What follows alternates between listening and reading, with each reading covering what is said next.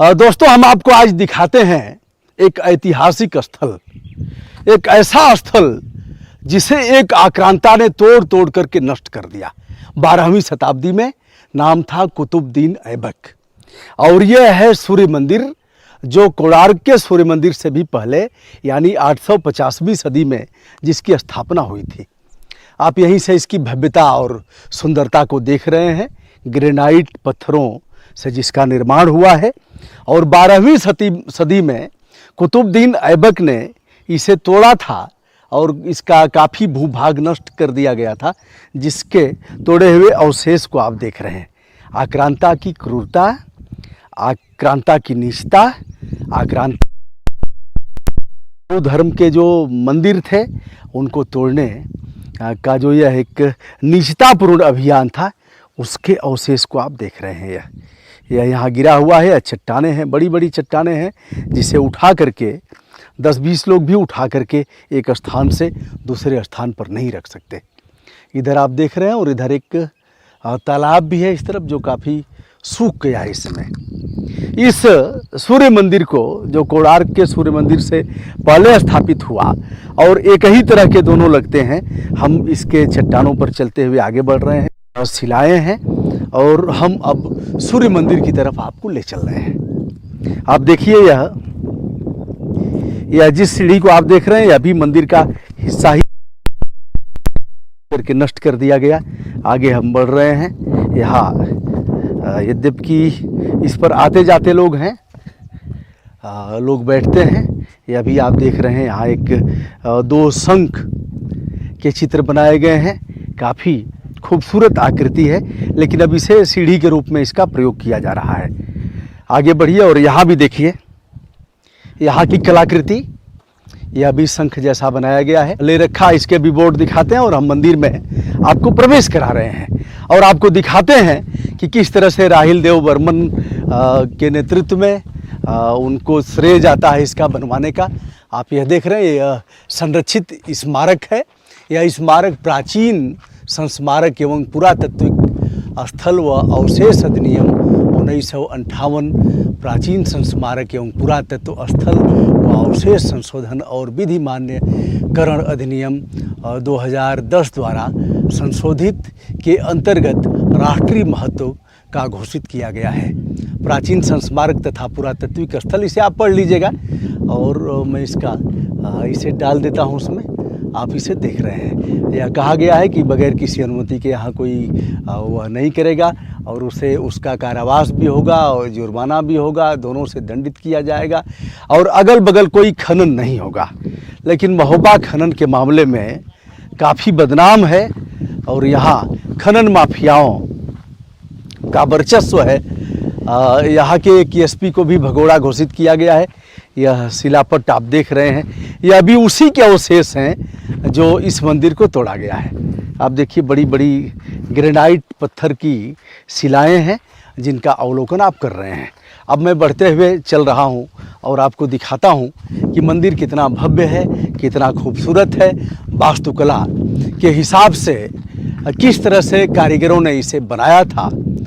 850वीं ईस्वी में, यहाँ भी आप देख रहे हैं, चंदेल वंशीय नरेश राहिल देव बर्मन 890 से 915 ईस्वी में राहिल सागर के बांध पर ग्रेनाइट शिलाओं से इस देवालय का निर्माण करवाया।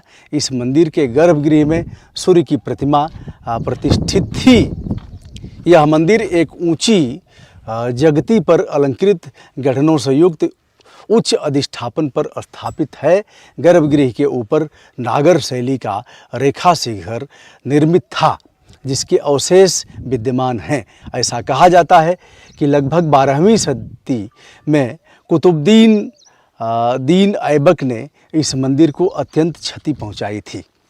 प्रणाम, सादर प्रणाम। तो बाबा, अभी हम तुम्हारा ही जो पैसा, लेकिन आप रुकिएगा, हम दे देते हैं कुछ, लेकिन अभी हम बस, आप रुकिएगा थोड़ी देर। प्रसाद ऐसे नहीं लेंगे, देखते हैं।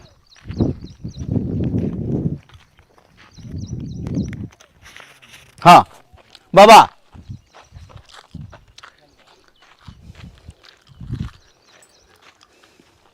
ये बांस ऐसा बांस क्यों लिए हैं? हाँ। बांस कौन ये वाला? जो रहलिया है अरे और जो सूर मंदिर है, हाँ जो सूर मंदिर बकबंदा है, हाँ क्या है कौन अच्छा नहीं की अच्छा। देखिए आज जोर में जी ठीक है, प्रणाम हाँ, प्रणाम प्रणाम बड़ी उम्र में। प्रणाम, सादर प्रणाम। चलिए, बाबा ने प्रसाद दिया, इसकी भव्यता और खूबसूरत आप इसका अंदाजा लगाइए कितनी वर्षों पहले किस प्रकार हमारे देश के कारीगरों ने इस मंदिर का निर्माण कराया होगा, कैसे कैसे यह शिला खंड लगे होंगे। इनकी कारीगरी है, इसे भी आप देख रहे हैं, इधर भी आप देखिए, और देखते हुए हम आपको आगे बढ़ रहे हैं दिखाते हुए।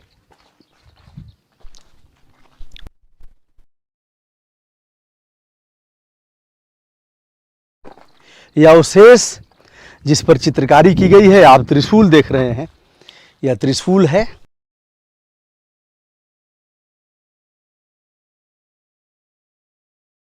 मैं प्रवेश करूं उसके पहले आप एक बार चारों तरफ से इसे देख लीजिए।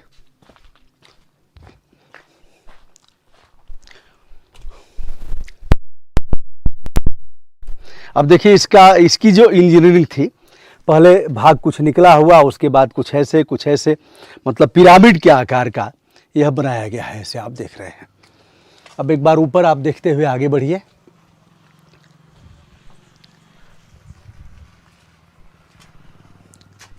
यहाँ एक स्टील का, यह स्टील की धातु का लगाया गया है ऊपर तक। इसका आशय मेरे समझ में नहीं आ रहा है। मुझे लग रहा है कि बिजली, जो आकाशीय बिजली है, उसके आक्रमण को यह कम करेगा, उसको रोकेगा। ऊपर देखते हुए आप बढ़िए। यह स्थान महोबा, जो पुलिस अधीक्षक का कार्यालय है, उससे हमें लग रहा है 3-4 किलोमीटर दूर होगा।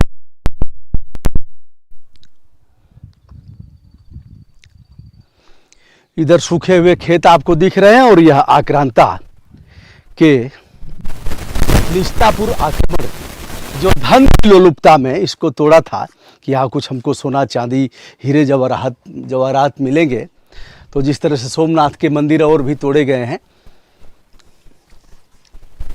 इधर आप देख,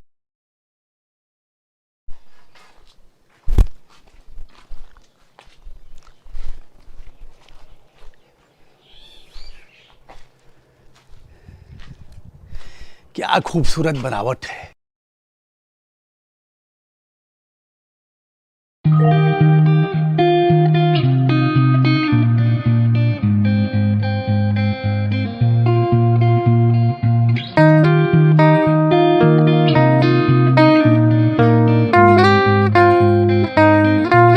डाल देता हूं यहीं पर। एक मंदिर है, उधर तक हमने धृष्टता किया है, लेकिन आगे नहीं करूंगा।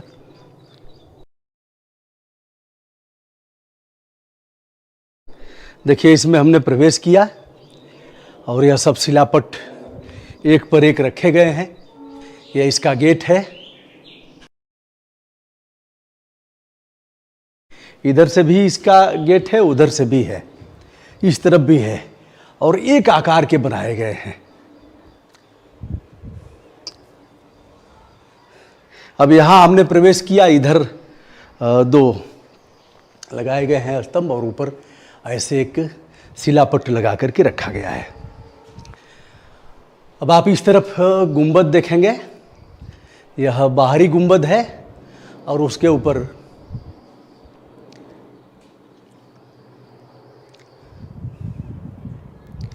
अब हम गर्भगृह में प्रवेश करते हैं।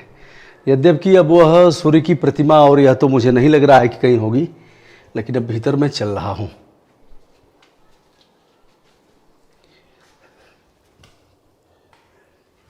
इस पवित्र स्थल को मैं प्रणाम करता हूं। और यहाँ अगर आप देख सकते हो तो देख सकते होंगे, यहाँ एक गुंबद है, इसके ऊपर भी है, और ये नीचे यहाँ कुछ भी नहीं है, लेकिन इधर की कलाकृतियाँ और विशेष वास्तुकला का ध्यान देते हुए जो इस मंदिर की स्थापना की गई थी, इसे भी आप इसका अवलोकन कर सकते हैं। और अब मैं, वाह वाह, इधर आप एक बार भीतर देखिए किस तरह से ये लगाया गया है और एक पर एक चट्टानें रखी गई हैं। मुझे लग रहा है कि आक्रांता की जो नीचतापूर्ण आक्रामक शैली थी उसी का परिणाम है जो अभी भी टूट फूट करके पुरातत्व विभाग, भारतीय पुरातत्व विभाग ने इसे अपने कब्जे में लिया है और उसके जो अधिनियम हैं, जो सुसंगत प्रावधान है, उसके नियम के तहत यह संचालित है। लेकिन आवश्यकता इस बात की है कि इसका संरक्षण किया जाए। संरक्षण हो नहीं रहा है। यहाँ एक भी बंदा मुझे नहीं दिखा जो पुरातत्व विभाग से संबंधित हो, जो यहाँ देख रेख करे और यहाँ लोगों को बताए। ऐसा कुछ भी नहीं मिला। मैं चिल्ला चिल्ला करके यहाँ वीडियो किया हूँ, लेकिन एक भी बंदा यहाँ कोई नहीं है। अगल बगल खेत खलिहान है, कुछ जंगल जैसा वातावरण है, लेकिन पुरातत्व विभाग का कोई भी बंदा यहाँ नहीं है। कब इसका संरक्षण होगा, सरकारें कब इसके प्रति जागरूक होंगी, कब इन्हें देखेंगी। एक बार इस तरफ आप देखेंगे, देखिए शिलापट अभी भी लगे हुए हैं। मैं ऊपर नहीं जा पा रहा हूँ, जाने लायक है, लेकिन जा कर के इस मंदिर का अपमान भी नहीं करना है और खतरे से खेलना भी नहीं है। काफ़ी अच्छी हवाएं भी यहाँ लग रही हैं और भगवान भास्कर, भगवान दीनानाथ, भगवान दीनबंधु, भगवान दीनमणि, दीनानाथ और जिनके जो सूर्य के पर्यायवाची हैं उसका स्मरण करते हुए, ऐसे देवता हैं जो सभी को शक्ति देते हैं। अगर यह नहीं रहेंगे तो जीवन नहीं रहेगा। भगवान भास्कर को